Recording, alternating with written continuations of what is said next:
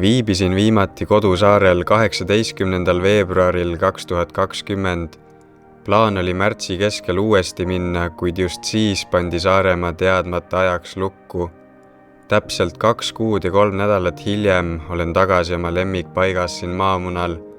Saaremaa on taas avatud. Mida värki? Mida hullu?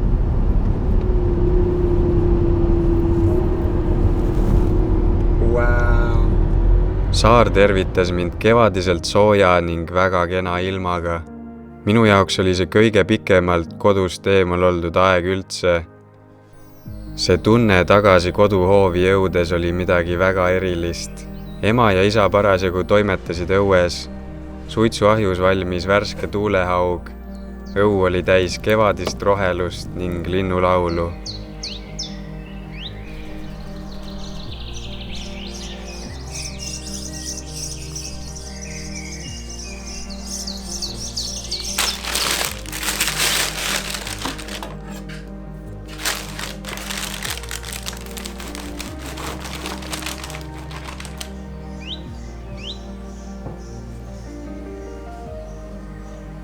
Saaremaale tulles aeg saaks justkui uue möötme. Aeg kulgeb siin kuidagi rahulikumalt. Just seetõttu meeldib mulle väga, et saarel ei saa üle silla, vaid ainult praamiga. See pool tundi merel on kinnitus, et siit edasi ei ole kuhugi kiiret ning argimured võib jätta selja taha.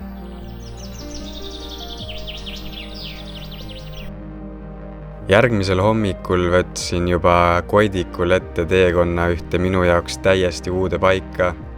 Jõudsin vahetult pärast päiksetõusu ning need vaated seal olid imelised. Mind võlus see paik oma puutumatuse ja ehedusega. Erinevaid linnuliike ja nende laulu oli seal kamaluga ning ohtralt idüllilisi saaremaiseid vaateid.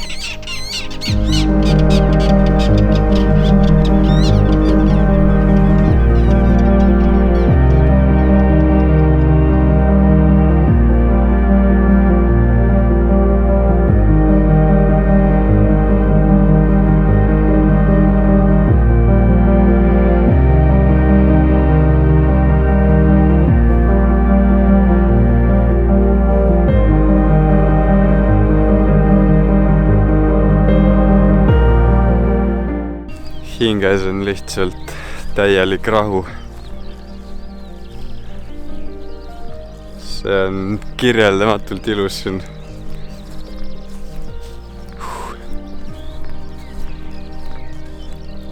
Ma ei suuda siiamaani uskuda, et ma olengi Saaremaal tagasi.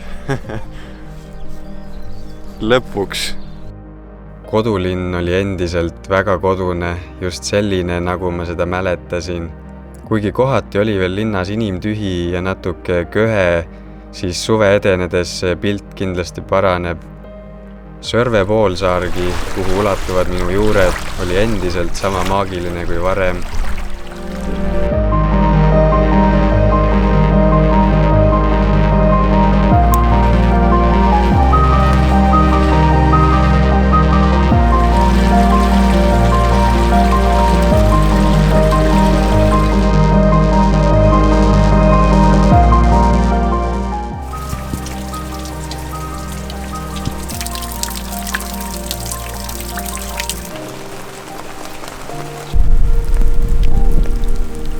Kodusaare võlude taasavastamine tegi meelele suure pai. Viimase õhtu siin veetsin samuti rannas, võtsin kopsud mõnusat mereõhku täis ning seadsin sammud minekule. Ikka selleks, et õige pea jälle tagasi tulla.